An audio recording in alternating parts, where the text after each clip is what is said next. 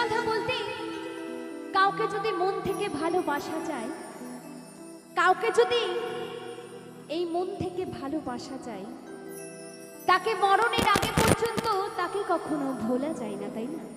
তাই তোকে বলেছি, মরণ যদি আসে ও প্রিয়তমা,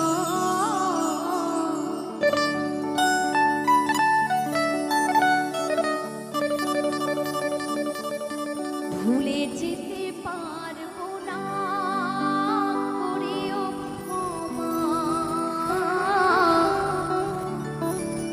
আমি ভুলে যেতে